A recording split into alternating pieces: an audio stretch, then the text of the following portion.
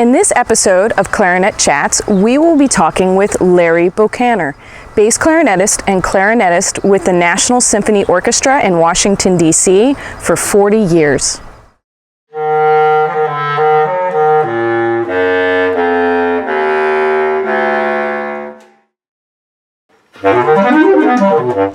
So let's start at the beginning. When and why did you start playing clarinet? I think I started probably in the 4th grade. Okay. And this was during the big band era of the 1930s. And I thought that the saxophone players were getting all the girls in glory. So I wanted to play saxophone. And one of my sister's boyfriends was the band director at a neighboring high school. And he was about to be drafted into the Army. And he had a metal Pan-American clarinet that he wanted to unload. And he convinced my mother that saxophone was not a salubrious instrument to start on, and I should start on clarinet. So I did, and got stuck there, I guess, over the years. Nice. And then, how about bass clarinet? Did you double then too, or when did you start doubling? No, bass clarinet, actually, I didn't start playing until I got into the Civic Orchestra in Chicago when I was in college. Very cool. Who was your first clarinet teacher? First clarinet teacher was my high school band director, Roger Hornig, who was a great man, really. He was a wonderful musician and a wonderful guy and a super mentor. My band director, after I got to about my 3rd year of high school, actually he'd been gone for a lot of my middle school and early high school career because he was drafted into the Army. But when he came back, he got more lessons with him. But he said, really, you should be studying with a clarinet player. And my cousin Earl, who was a wonderful trumpet player, was going to DePaul University in Chicago studying with Reynolds Schilke. And so he said, well, you should take some lessons with Jerry Stoll, who was the assistant principal and E-flat clarinet player of the Chicago Symphony, who was on the DePaul faculty. And so I wrote to Mr. Stoll, and he said, sure, can you come on? And I said, I have to come to Chicago. When can I come? And he said, come to my apartment on Sunday mornings. So what I would do is I took the train from my hometown, which is 270 miles from Chicago. Wow. Got on the train at 10:40 at night and arrived at Union Station, Chicago at 6 in the morning. Killed time, had breakfast at Pixley and Ayler's, and then took the L out to Oak Park, had a lesson, and came back into the town and took the afternoon Hiawatha back home again. And I did that for every other week for a couple of years in high school. And then when I graduated high school, I followed Mr. Stoll to DePaul and studied there for a couple of years. And then when I was in the Civic Orchestra, Ignatius Janusa was our coach. And so I really loved the way he played. And so I bootlegged a few lessons with him, aside from the section coaching. And I liked a lot of what I had to say, and he sort of didn't come right out and say it, but he said, Mr. Bonad could be, tacitly said Mr. Bonad could help you a lot. And so I auditioned for Juilliard after my 2nd year at DePaul and was accepted, and glad I did. How about Daniel Bonad? What was it like studying with him? Well, it was a shock because I was already a 3rd year college student. I transferred from DePaul University to Juilliard, and when I first got to New York, I went around and auditioned for National Orchestral Association and other things. And then I had my first lesson with Bonad, and he had never heard me play before. I auditioned for other people. And he said, well, I'm happy to have you for a student, but you're going to start over like a beginner. And for the first semester, no ensembles, only fundamentals we're working on. So, and thank goodness he did that, because I don't think I would have had a career without the solid fundamentals that he finally instilled in me. Oh, absolutely. You have a lot of very successful students. And so what would you say as a teacher he brought to you to help you teach your students that you have now? Well, first of all, he taught me how to practice. And today, even with my students, they want, you give them a new piece of music and they want to go fast right away. And he made sure that I would play new music at a speed at which I would make no mistakes, and not speed up until I eliminated the mistakes entirely, so I wasn't learning mistakes. It's sort of education theory. that they teach in schools now. But that was a new business back then. I think he got that intuitively. I don't think that was something that he learned out of a book or from a teacher. That's great. So when you went into the National Symphony, you had some pretty cool experiences, I imagine. What was it like working with Harold Wright? It was wonderful. First of all, he's a super guy, just a sweetheart of a guy, and an inspiration. Music that you had played all your life and known all your life with Harold there. It was like learning it all over again, brand new. He had such a intuitive knack to get the most out of the music, and of course that gorgeous sound. That was something that we always tried to imitate. So what would you say would be a memorable experience when you were in the symphony that really stands out for you? Oh gosh, there are lots. I think probably our first concert in Moscow with Rostropovich, where a plane arrived from Japan actually, and as soon as we got off the plane, there were just mobs of people. It was like a rock star for Slava, for Rostropovich. And he was so lionized there, because he had been banned from the Soviet Union, and this was his first return, actually. And then with his orchestra, and to share that with him was something that I'll never experience again, I'm sure.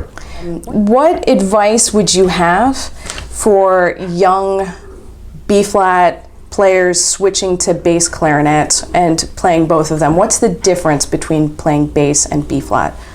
There's a great deal of difference. I know lots of freelance professionals in the Washington area who own a bass clarinet, but when I listen to them play, that's all they do is own it. They don't really play the bass clarinet, but the embouchure, relaxing the embouchure, and using like 4 times as much air support as you have to use on B-flat clarinet.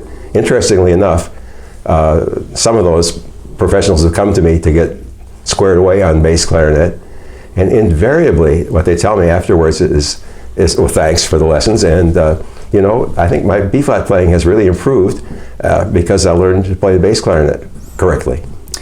How about articulations? For me, I find there's a big difference between bass articulations and B-flat articulations. Yes, one of the things that Bonad made me, I never learned to tongue with the tip of my tongue as a young student, and even up to my second year in college studying with a member of the Chicago Symphony, I was still anchor tonguing. And that was anathema to Mr. Bonad, and he made me learn to tip tongue. But then when I started playing a lot of bass clarinet, I discovered I really couldn't, because where the tip of the reed was, I would have to screw my tongue, to somewhere else where it normally is. So I had to revert to anchor tonguing. And I was just too lazy to maintain both types, so I switched back to anchor tonguing on clarinet too.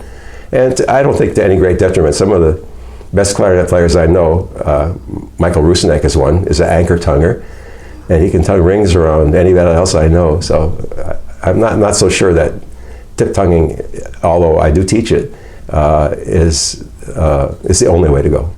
Do you find that you have to adjust the angle of the bass clarinet because of the straight neck? The newer bass clarinets take care of that for you, because they've changed the neck angle. Yes. My older instrument has still got head-on mouthpiece angle, and so that doesn't lend itself to that kind of embouchure. But I think the beauty of having a steeper angle is that you're exposing more reed. Okay. And so that gives you more sound. And actually, for a B-flat clarinet, Bonad was big on that too. He wanted you to play much down, and he would make a gesture with his finger to show how changing the angle exposed more reed and gave you a fuller sound. Yeah, this bass clarinet that I play on is what was new in 1962. So and no one had a high aspect ratio neck back then, I guess you'd call it. When at that time the LeBlanc was the only I needed a low C instrument. And LeBlanc was the only manufacturer that had one available at that time. So I bought that horn. Interestingly enough, I had been playing buffet all my career up to that point. And I figured I'd buy LeBlanc. I wasn't big on LeBlanc. I didn't like the idea of single octave key rather than the automatic. So I bought the LeBlanc, but I said, well, I'll just use this where I need low C. But when I started playing in the orchestra, different people in the orchestra came up to me and said, "What happened? You know?" He said, "You sound so much better now. That your sound carries so much more. It's more focused." So, well, goodbye buffet. When you were playing in the orchestra, if you made a mistake or something didn't go the way you wanted to, how did you handle that? Stare at the guy next to me. I tell my students that if you squeak, just look at the one next to you. Well, you have to learn to live with it. You know, everybody's going to make mistakes, and if it's devastating, and after that, you know, you just phone it in because you made a mistake, then you've defeated yourself. It's funny. One of my good friends from my hometown actually had studied with Georges Laurent, who was the first flute of the Boston Symphony for many years. And of course, this was the day, their recording of the Aphes and Chloe.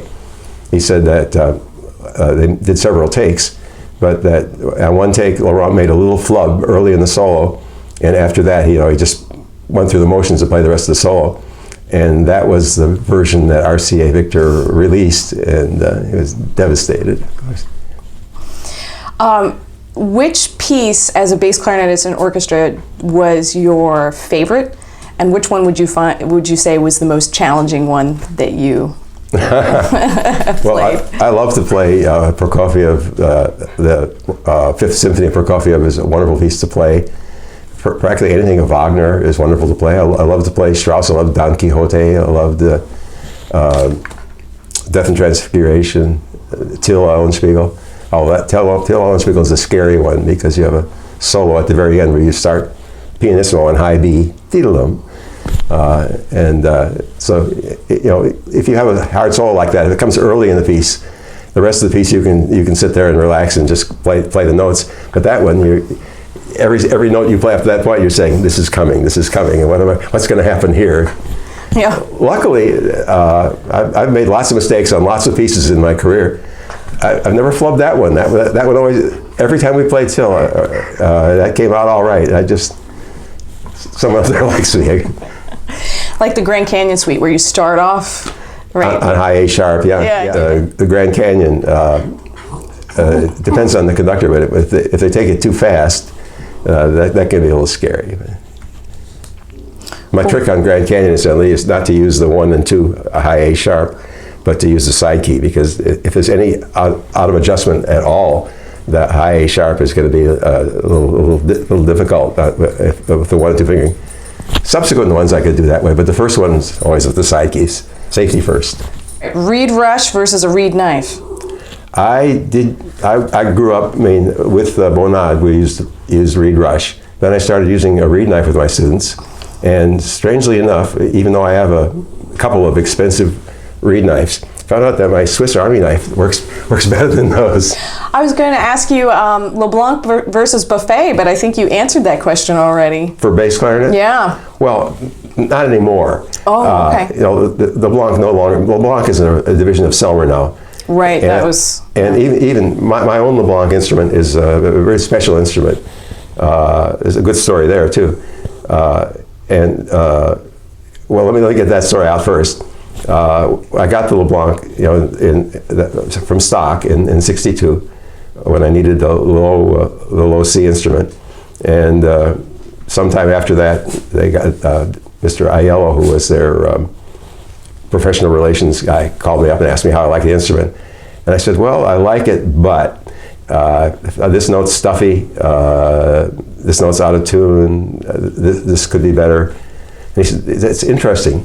Because we gave, George Weber has the same instrument. George Weber was the bass clarinet player of the Chicago Symphony and one of my teachers, and he had the same complaints. So we relayed those comments to Mr. Uvnagel, and he is making an instrument for you and for George. And so this is the result of that. And it worked out great. They took care of the problems, and I love it. But apparently it's just 2 off. I don't think they ever made 2 more like it. And with the same number, there's called a 517. With the same number, they changed the bore on subsequent production, and it didn't have the same sound. It didn't have the same resonance. So, and it's funny because George got tired of his and started playing a Wurlitzer, a German system instrument, and donated his to the University of Illinois bands. which is still there, you know. And so I asked about it. We played at the Clarinet Center in Champaign, and I asked about it, and they said, yeah, it's still here. Clark Forbes wrote a good article about comparing the Selmer, Buffet, and Yamaha instruments that are available now, and I think you can find it on the web somewhere. Yeah. And he liked the Selmer best. I think primarily because it's better engineered. It doesn't have all these long keys that go out of adjustment and hard to.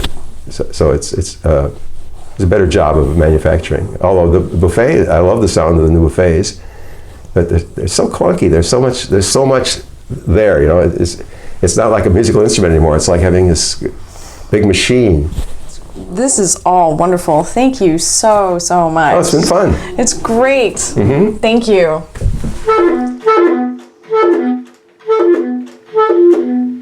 You still got it. Still got it. Yeah.